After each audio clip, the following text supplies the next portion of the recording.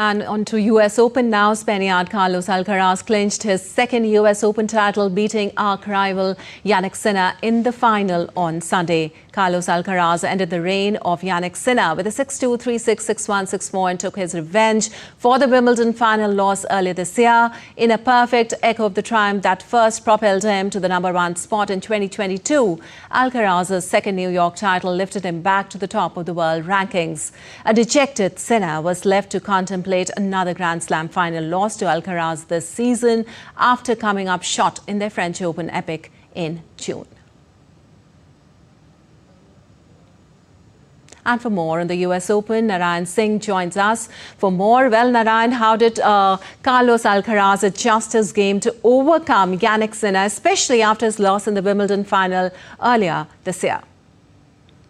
Good morning, Epakshi. As you mentioned, that how he adjusted his games to the crucial point. We know that in Wimbledon, where he lagged was his service. He was not able to compete with the service of the Jannik Sinner in the Wimbledon, and that's why he lost the Wimbledon title. But this time around, he worked on his serve, and it was clearly visible from the first set. He was dominant and won the first set, but in the second, we saw that Sinner making a comeback, but he continued that momentum that he got in the first set, and definitely the way he switched his game from the powerful baseline rallies to the net play, and as well as towards the bringing the variety in his game. We saw his topspin, his drop shots, his slice, everything was there in, we can say that the way Carlos Alcaraz played yesterday, it was wonderful. And most importantly, we can say that he was looking more confident here. And also, we saw that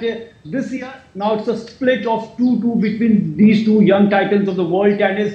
2 Grand Slam against the name of Jannik Sinner and 2 against the name of Carlos Alcaraz. And we saw the way Sinner was really dominating the Grand Slam circuit in the recent past. But now Alcaraz, by winning this US Open, definitely he got the #1 ranking in the world tennis too. And also now he showed that he is hungry for the more titles, more we can success in the Wimbledon, and after that we saw that in US Open, and but overall we can say that it's going to be a fantastic contest ahead in the world tennis right now, especially for the these two young players, especially because we know that Jannik Sinner is one of the we can say the most accomplished player of this era, but especially when we talk about the power, when we talk about the changing his game from the baseline rallies to the net play, then Alcaraz is one of the best, and hoping that he took a revenge of the Wimbledon final also, where he lost to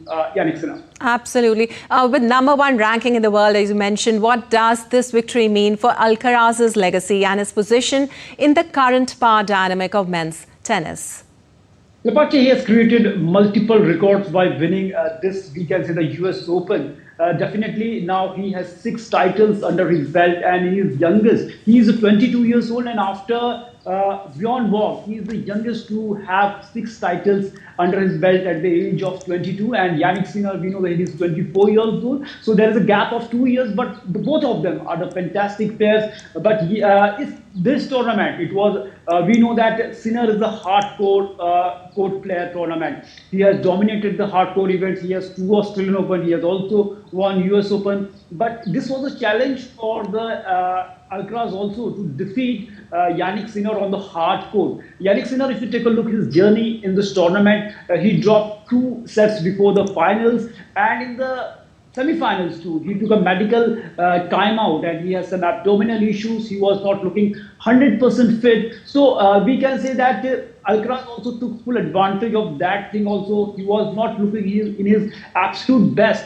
So it was also, we can say that, a favoring Alcaraz. And Alcaraz, we know that when you will give him a bit room, definitely he will take the whole court, and his court coverage was too fantastic in this tournament. All in all, we can say that the legacy is, we can say that, taking forward. If you take a look, the tennis for the last 20 years, it was dominated by the big 3, Roger Federer, Novak Djokovic, Rafael Nadal, and Djokovic is the last installment of this big 3, and other 2 was retired. And talking about Novak Djokovic, he lost to Carlos Alcaraz in the semi-finals. And once we saw it 3 years back. All right.